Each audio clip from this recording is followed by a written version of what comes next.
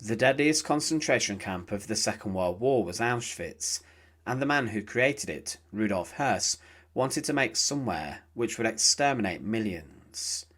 Inside of the camp there were many women who worked as guards, and they became known for their notorious behaviour, sadistic torture, and murderous antics, as they condemned many female prisoners and also men to death.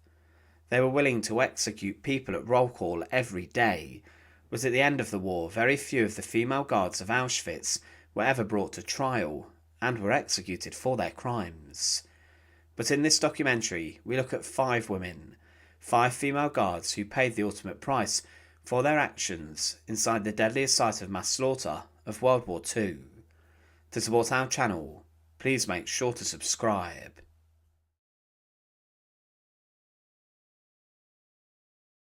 Born Elisabeth Merlau, she was the daughter of a forest worker, and Elisabeth was part of a large family, having a number of siblings.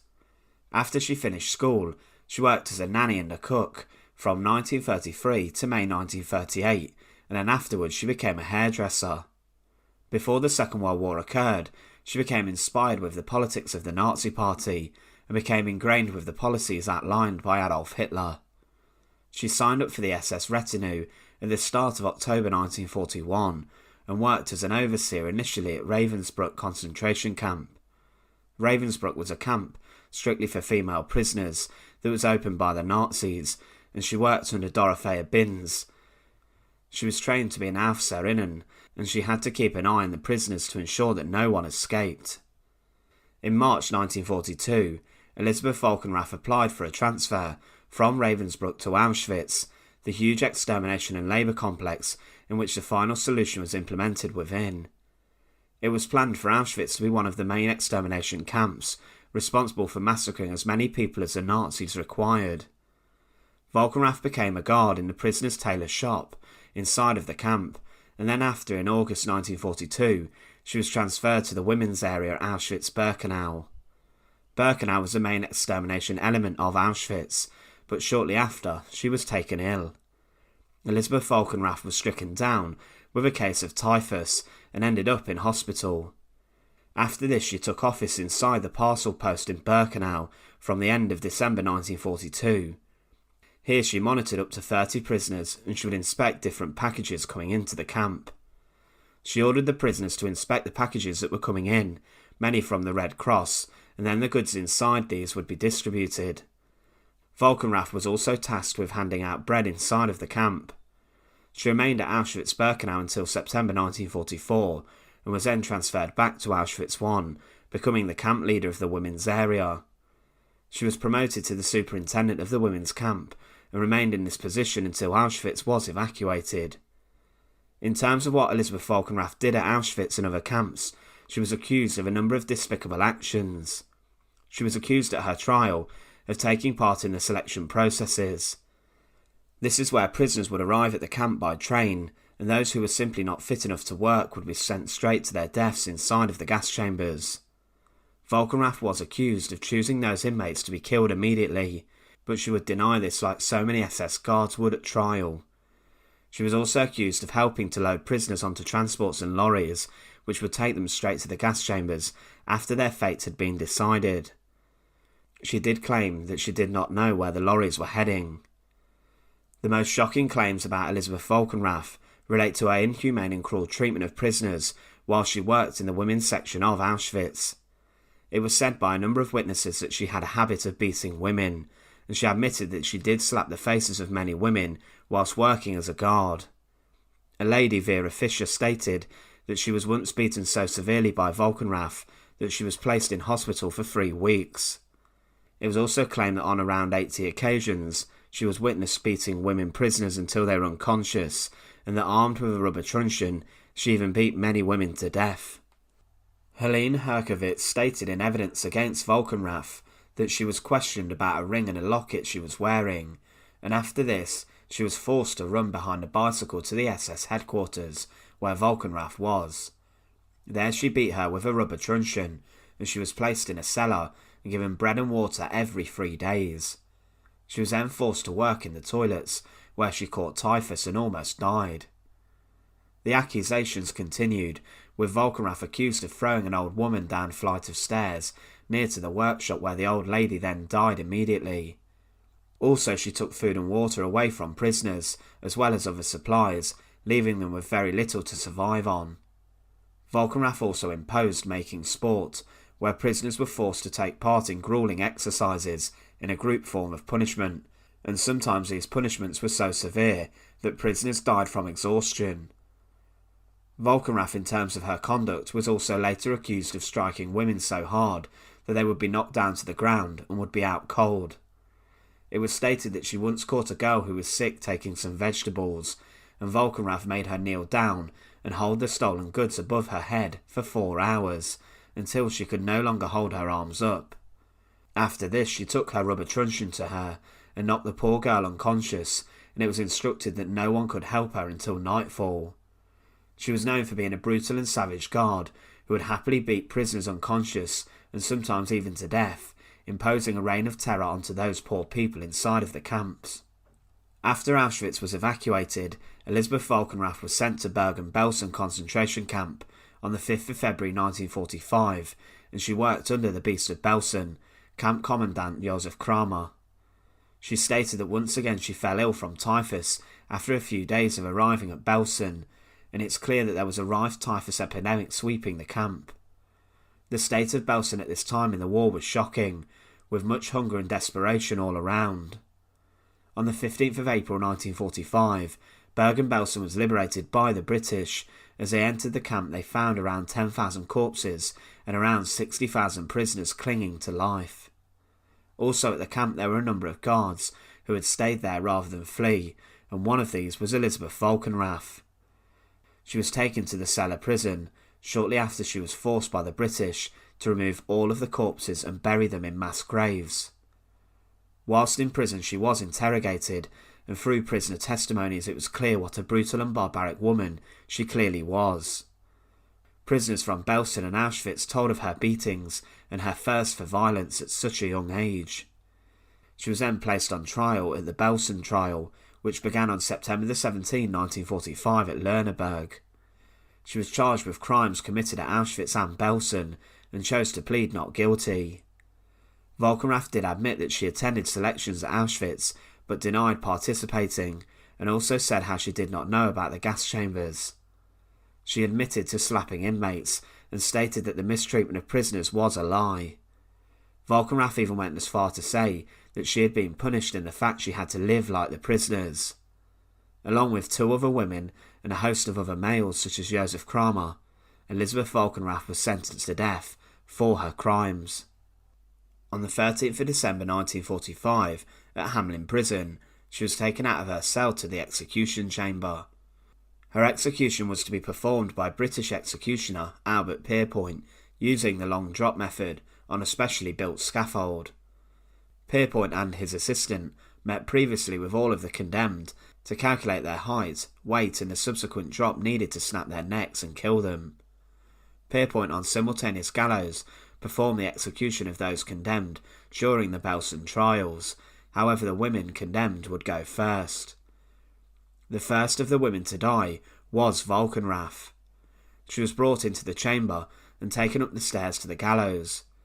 At 9:34 a.m, she was placed over a trap door in which Pierpoint had written a chalk X on the ground. A cap was placed over her head, as was the noose, and in seconds the death of Elisabeth Volkenrath occurred, with her neck snapping instantly. She was then declared dead, and her remains were cremated. What is shocking about Elisabeth Volkenrath is the immense thirst for brutality she had at such a young age. When she was taken to the gallows, she was merely just a 26-year-old woman. When she committed many of her crimes in Auschwitz, she would have been younger, and she first worked in a concentration camp at the age of 22. It seems that despite volunteering, she had a real passion for inflicting barbaric punishment onto prisoners, and she seemed like a woman desperate to wield her power over the innocent suffering. Maria Mandl was born in Austria in January 1912. She would become an active member in the Nazi movement within Austria, which at the time was banned. However, following the annexation of Austria, she joined the SS. Being a female member of the group, she would quickly find employment within the regime as a concentration camp guard. She would begin her employment at Lichtenberg, one of the earliest Nazi concentration camps in Saxony. She would work alongside 50 other SS women. Initially, the camp held male prisoners. However, between 1937 and 1939, it would house females. Many of the male prisoners who went before, political prisoners, were tortured and beaten to death by the SS guards. This savagery would continue as the prison changed to being a women's camp. Many women were beaten to death, and 2 women who tried to escape were ripped to pieces by the dogs on the orders of the camp's commandant. Maria would begin working here in October 1938, and the following year there was further change. Along with the guards and prisoners, Maria Mandl was sent to Ravensbrück concentration camp near to Berlin. This camp had just been set up, and she began to work here as a supervisor on the first day it opened.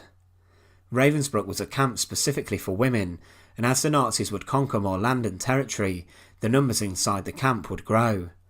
Maria Mandl, from the start of her work as a guard, gained a horrific reputation for immense cruelty. Heinrich Himmler would visit in 1940, and he allowed the guards to use punishment such as flogging. Mandl would often be the one who would dish out the brutal floggings and whippings. This could have been as few as 10 to 25 lashes for less serious offences. However, some prisoners were lashed up to 75 times. This was so barbaric that the lashes had to be even given in instalments, as death was a distinct possibility. Mandl was so obsessed with inflicting pain that many of the prisoners had to be revived for their punishment to continue, losing consciousness, such was the pain. Bodies would become blue with bruises, and many were afflicted for life. Maria impressed her superiors and was promoted in April 1942, becoming the head supervisor of Auschwitz-Birkenau.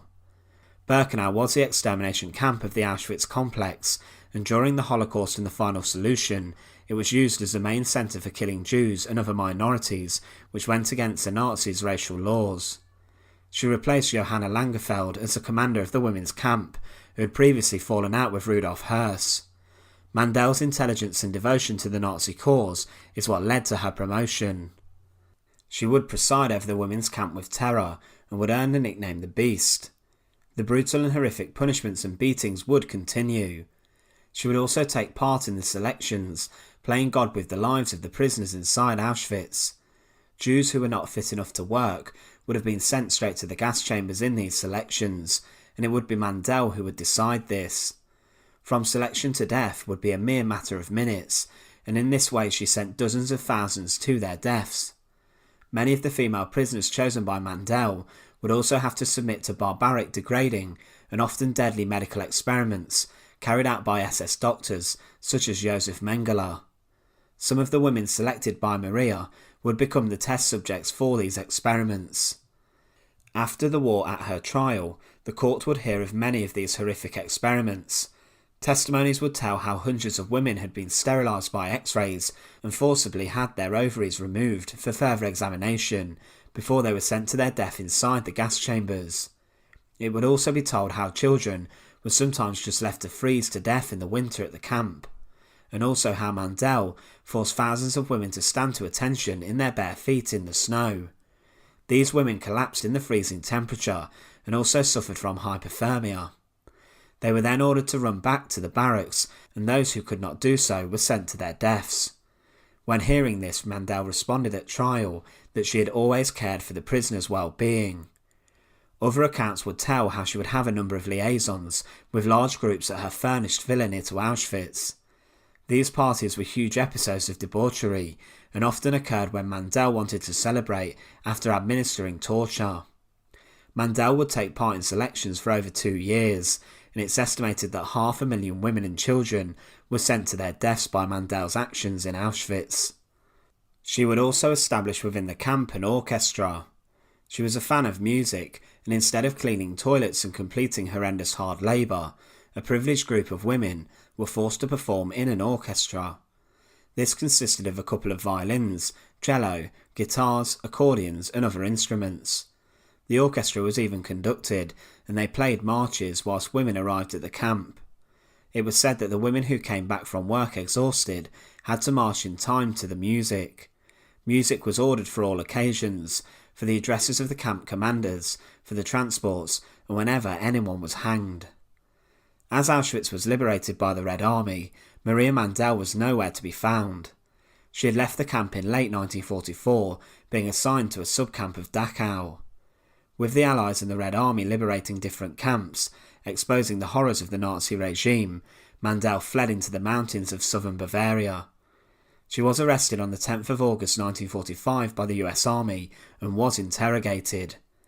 During this process it was found that she was very intelligent and was devoted to her work in the mass extermination of the Jews. She was held at Dachau prison for a period of time and was then handed over to the Polish People's Republic before being tried in the Auschwitz trials. When hearing the testimonies from the sufferers of Mandl's cruelty, she would sit with her head bent. Along with a number of other guards, she was found guilty of the horrendous crimes she had committed within Auschwitz and was sentenced to death as a war criminal. Whilst awaiting her execution, it was said that she did ask for forgiveness for her crimes. On the 28th of January 1948, inside Krakow prison, which had been one of the worst Nazi prisons in Poland, along with 20 other condemned, Maria Mandl was hanged. She was the first of the group to be executed, being female. At 7:09 a.m, the hangings would commence inside of the execution chamber. Maria, along with 4 male prisoners, was made to climb a simple step, then they had the noose placed around their neck. The step was then removed, and the former Auschwitz guard was slowly strangled to death. It was reported that it took 15 minutes for all of the first group, including Maria Mandl, to be certified dead within. Maria Mandl was someone who was familiar with the gallows and executions, and it was fitting that her end would come with the hangman's noose. She was an incredibly brutal and barbaric woman, and would oversee the deaths of almost 500,000 people within Auschwitz. This is a sadistic figure, considering she had a role in sending 500,000 people to their deaths within the gas chambers.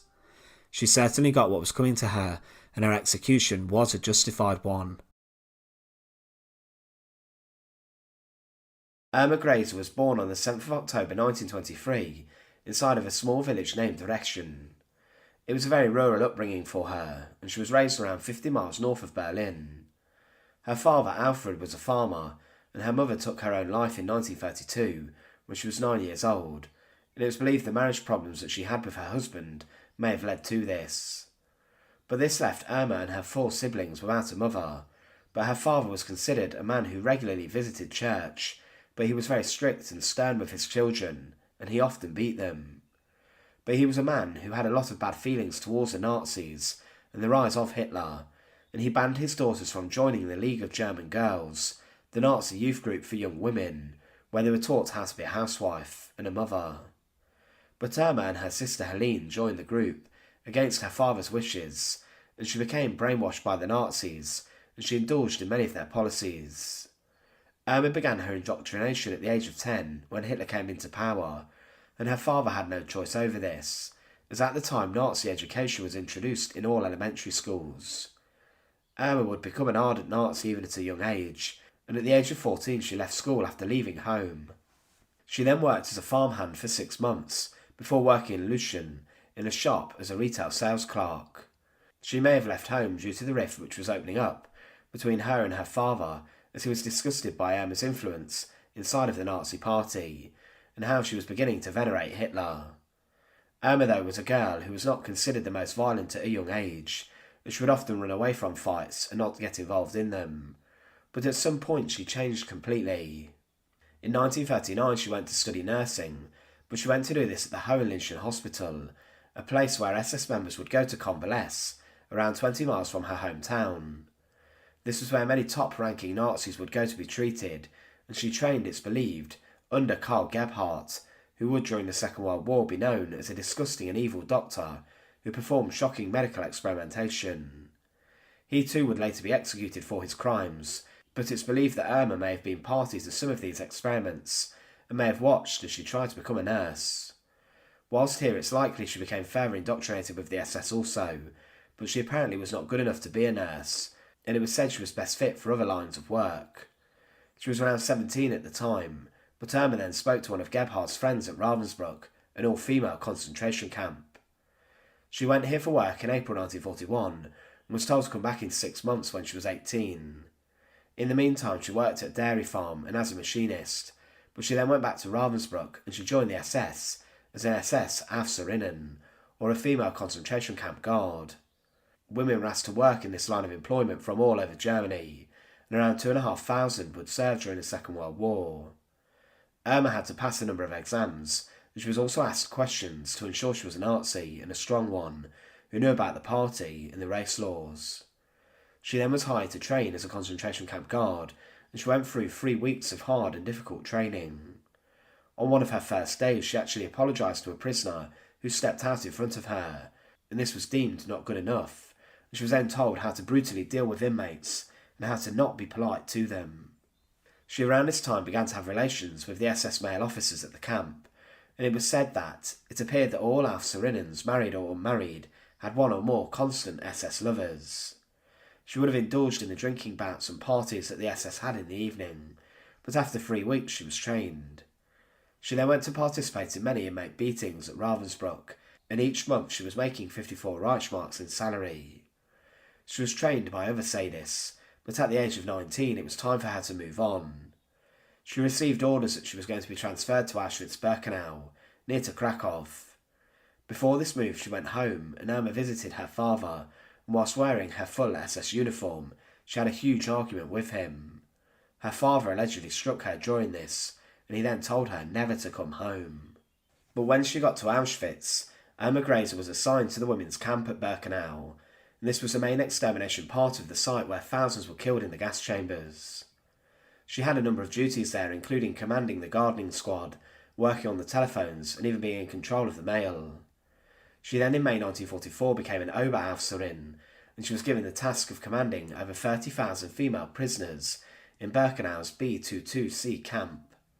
She then in this role became infamous, and she would wear heavy boots and would carry her pistol and whip at all times. Grese became known as a beautiful beast, or the blonde angel of hell, and she often wore expensive perfumes and tormented the women on a daily basis. One former doctor of Auschwitz described her as the most beautiful woman I've ever seen. Her face has an angelic clarity, and her blue eyes were the liveliest and most innocent eyes imaginable. Another said, it defied belief that such a pretty girl could be so cruel. When she walked through the camp with a whip in her hand, she was surrounded by a cloud of choice perfume. Grese often stole valuables and clothing from the prisoners inside Auschwitz, but she would use her weapons to kill. She would use her whip to attack the women, and sometimes these injuries led to infections, which women would suffer. Doctors would then be forced to operate on the women with dirty equipment and no anaesthetics. She would then witness these operations, and it was said, Irma Grese invariably arrived to watch the operation, kicking the victim if her screams interfered with her pleasure, and giving her completely the spasms which shook her entire body and made saliva run down the corner of her mouth. She was also known for shooting inmates at will whenever she liked it. But she also had dogs that she would use to strike fear into prisoners' hearts. During one incident, she was on a bicycle with her dog at the side of her, and any prisoner who could not keep up during a 16-kilometre walk to work was attacked by the canine. One witness of her actions involving the dog said, we were loading the lorries. Before noon we had an unexpected visitor, Aufseherin Irma, with her 2 leashed dogs. Frau Aufseherin Irma, blonde, with an angel face and snake eyes, the camp's chief torturer. We were very careful not to attract her attention. We pushed and pushed. It seemed to take an eternity to roll the car over the hill.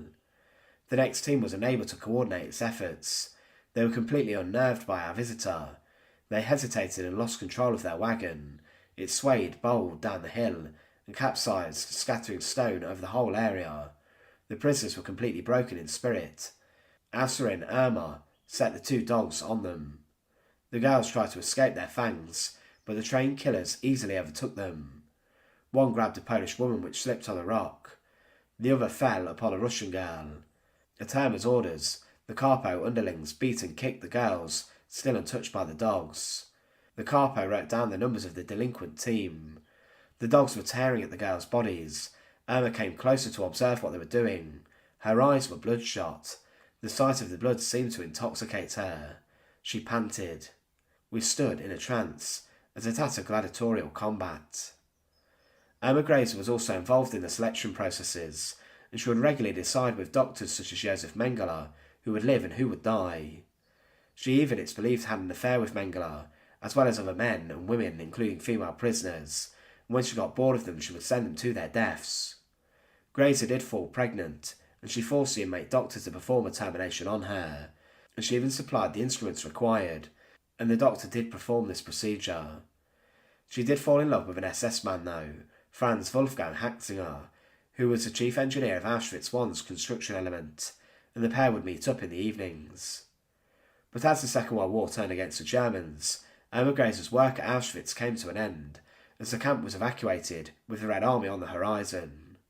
She was transferred to Ravensbrück briefly on the 18th of January 1945, but then in March 1945 she arrived at Bergen-Belsen. Belsen was a site in complete breakdown, as huge numbers of inmates were evacuated there, and she was reunited with many of her former colleagues of Auschwitz, such as Josef Kramer. Whilst at Belsen, Irma Grese continued to be brutal, and she would force inmates to stand or kneel for long periods of time, and at roll call they had to hold rocks above their heads. They were forced to stand in the cold, and if someone struggled she would beat them with her truncheon.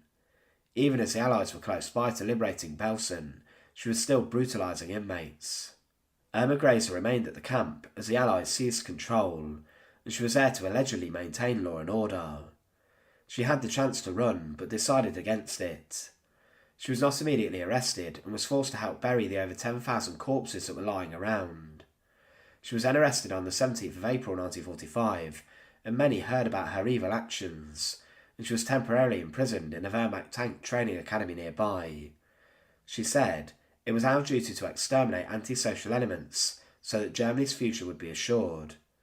Further interrogation went on, and she was then a few months later indicted with others on charges of execution, murder, ill-treatment and barbarism at Belsen and Auschwitz.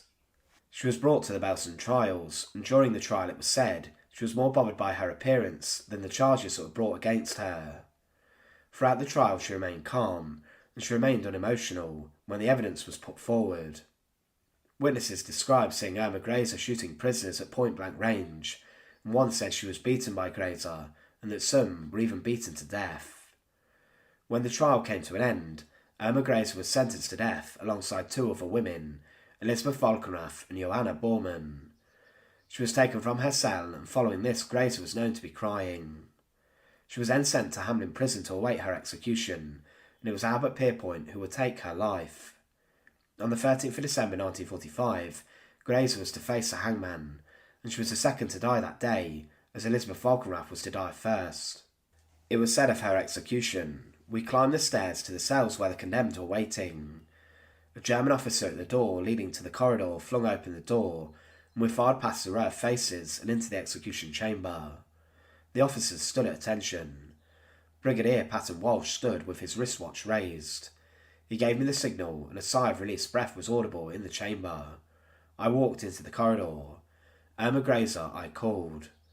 The German guards quickly closed all grills on 12 of the inspection holes and opened one door. Irma Grese stepped out. The cell was far too small for me to go inside. I had to pinion her in the corridor. Follow me, I said in English, and O'Neill repeated the order in German. At 9:34 a.m, she walked into the execution chamber, gazed at a moment for the officials standing round it, then walked into the centre of the trap, where I'd made a chalk mark. She stood on this mark very firmly, and as I placed the white cap over her head, she said in her languid voice, "Schnell." The drop crashed down, and the doctor followed me into the pit and pronounced her dead. After 20 minutes, her body was taken down and placed in a coffin, ready for burial.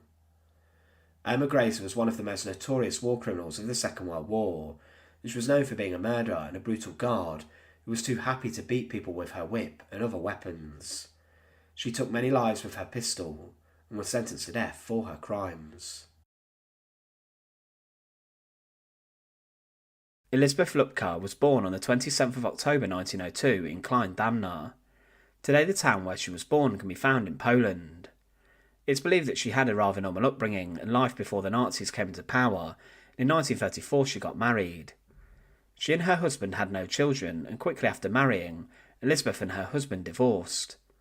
But as the Second World War was approaching and Hitler was building up his armaments and army, as well as supplies to launch an invasion, she went to work inside of an aircraft factory in Berlin.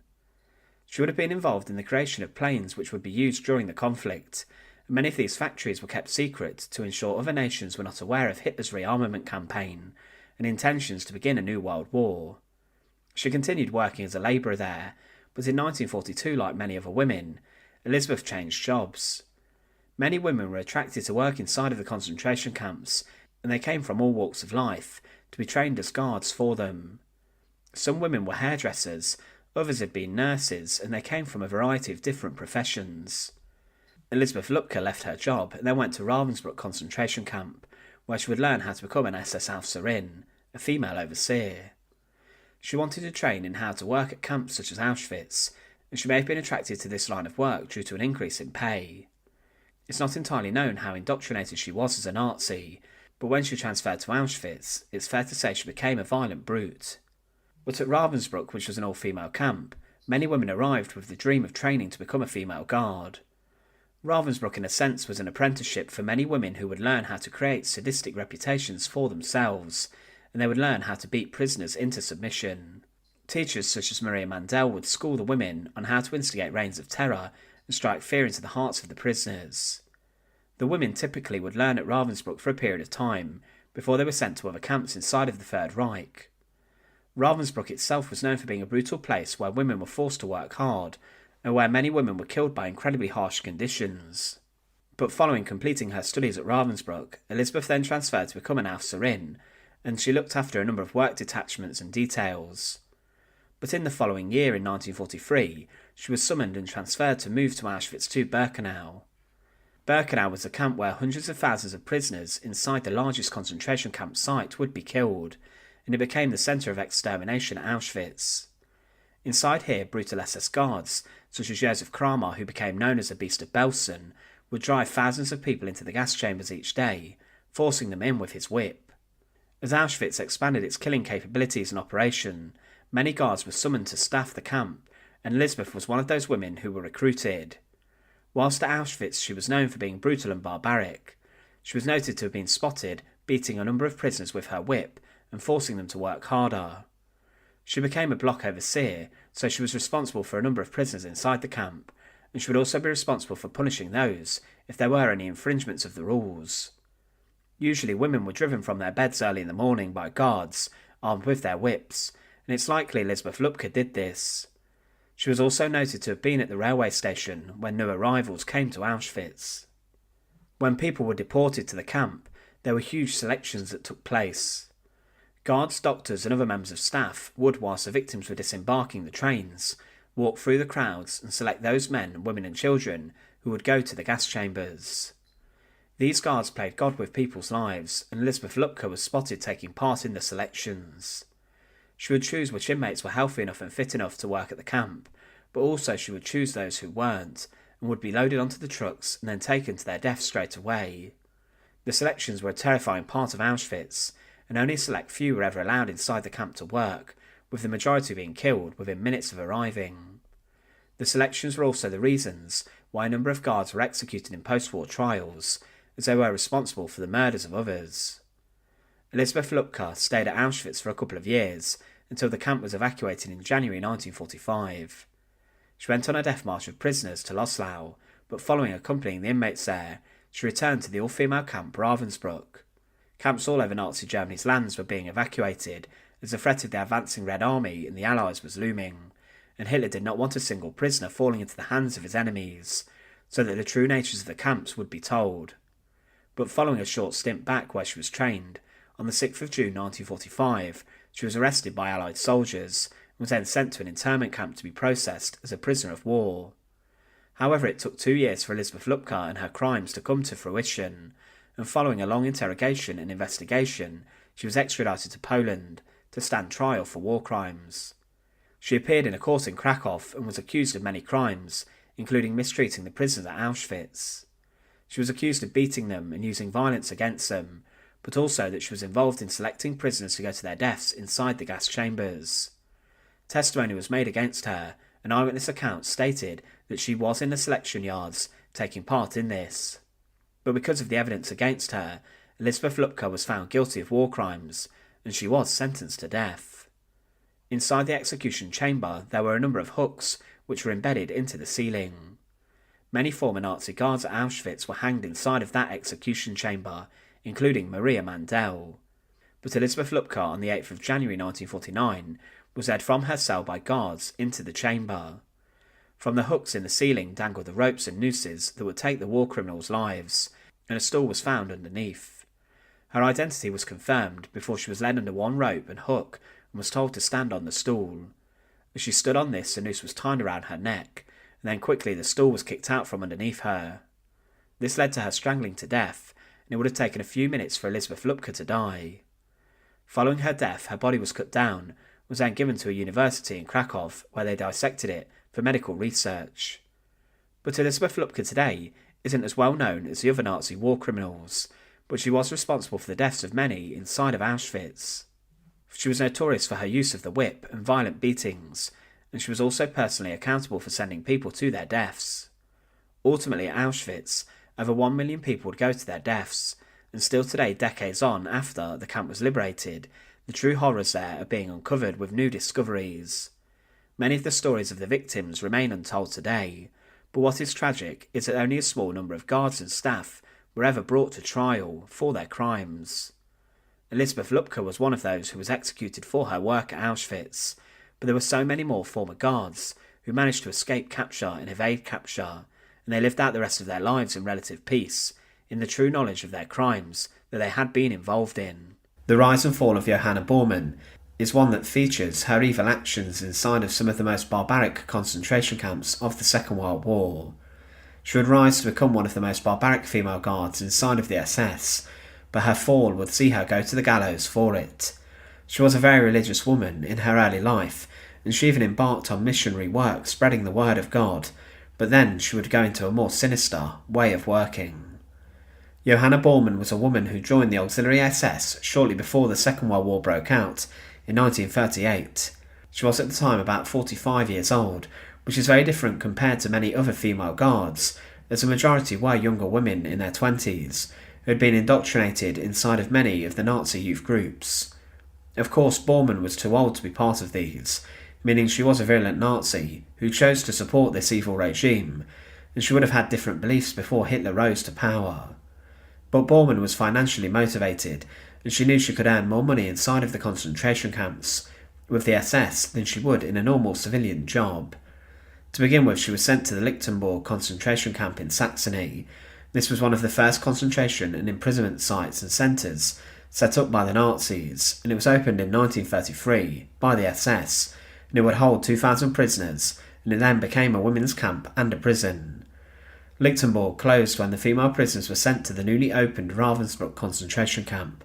This was where many female guards would learn how to become brutal overseers or Aufseherinnen, and a large proportion of the evil women guards who worked inside of the camps began their careers inside of Ravensbrück. They trained here and then worked here for a short period before they would be sent elsewhere, and these women were taught by teachers such as Maria Mandl. Most of the female guards learned how to become cruel and barbaric, and even Irma Grese was at Ravensbrück once criticised for not being brutal enough. But Bormann used what she had learned to carry out acts of savagery, and at Ravensbrück she oversaw a work detachment, but in March 1942 she was sent to Auschwitz, the rapidly expanding camp in occupied Poland, which would go on to become the deadliest. Auschwitz became the largest camp of the Holocaust, and thousands of prisoners were being sent there most days, and the gas chambers and crematoria were constantly running, with people being slaughtered. With the influx of inmates, there were many other guards drafted to Auschwitz, and Bormann was one of these. She was known for her small size and stature, but her evil and vicious intentions also too, and prisoners learned how horrific she could be. Johanna Bormann was nicknamed the Weasel of Auschwitz, or the Woman with the Dogs, and she would use these pets to savage the prisoners. When she was brought later to trial, she was asked a number of questions regarding these pets and whether she had a dog, and she admitted, "Yes, I brought him with me," when asked a question regarding this animal. Johanna Bormann had trained this pet to kill and maim, and she also lent the dog to other guards, who would then make the pet more bloodthirsty as they took the animal hunting in the area around the camp. 2 witnesses would claim that inside of Auschwitz they saw Bormann and her dog attacking a woman, and they overheard her boasting to other SS guards about the fact she had encouraged her pet to attack the prisoners. Another female inmate stated that whilst Bormann was overseeing female prisoners who were working outside the camp, she then let her large dog attack these women if they became weak or slowed down with their work. She claimed that some of the female prisoners attacked by Bormann's dog were so badly injured that they were then taken to hospital, and some died from infections in their wounds caused by the animal and the fact they were not given proper medical care.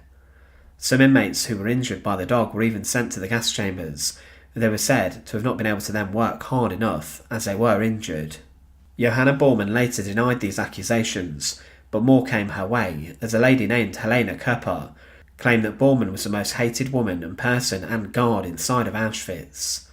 She oversaw the clothing stores and whilst here continued to use her pet as a weapon, and during one occasion, Bormann saw a prisoner taking an item, and she then grabbed this woman by her hair, threw her to the ground, and then set her large dog on the woman, which inflicted a serious wound that left a huge pool of blood.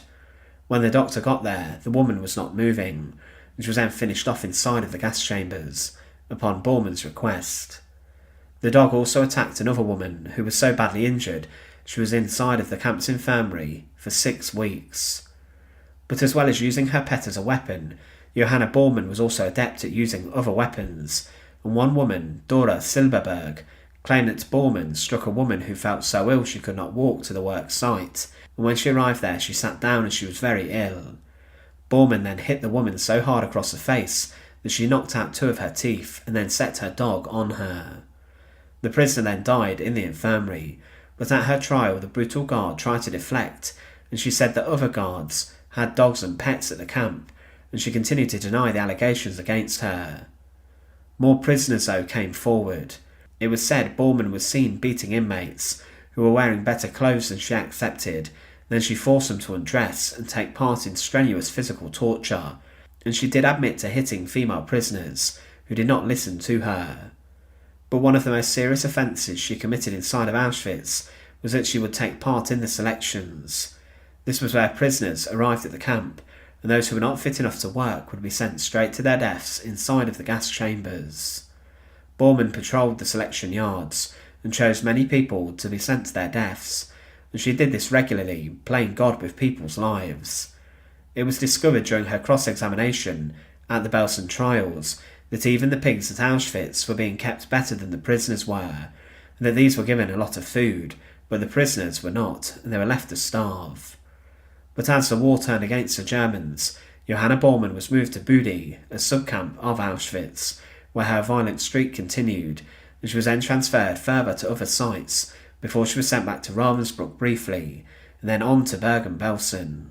Belsen was one of the most horrific camps, and in the final months of the conflict, thousands of people were dying each week from the diseases, lack of food and supplies, and overcrowding at the camp. She worked under Josef Kramer, the Beast of Belsen, but the camp could not cope with the huge numbers of people being sent there, and the dead bodies and corpses stacked up. The camp was liberated by the Allies on the 15th of April 1945, and 10,000 unburied corpses were discovered, along with 60,000 survivors who were on death's door. But amongst the prisoners were a number of SS staff, including Johanna Bormann, and she did not flee the Allies, but had stayed at the camp to try and keep law and order. She and other SS guards were forced to carry the corpses and then bury them in the mass graves, but now the fall of Johanna Bormann was in full swing. She believed this work was degrading, and she would complain of the clean-up operations, but Johanna Bormann would get her comeuppance. She was sentenced to death at the Belsen trials for her role in the mass slaughter and the horrors of the Holocaust. She was a very dangerous woman, and she met her executioner in the form of Albert Pierpoint inside of Hamelin prison. Pierpoint wrote of her that she limped down the corridor looking old and haggard. She was 52 years old, standing only a little over 5 feet. She was trembling as she was put on the scales, and in German she said, "I have my feelings." She was brought to the gallows as a war criminal, and was hanged during the Belsen executions, behind younger female guards Irma Grese and Elisabeth Volkenrath. What is shocking about Johanna Bormann is that she was a lot older than the other guards who were condemned, but she had been indoctrinated by the policies of the Nazis, like millions of other people were. Johanna Bormann committed many horrific crimes at different camps, such as Auschwitz, Bergen-Belsen and Ravensbrück, and her actions were horrific, and the woman with the dogs became one of the most feared female guards of the Second World War.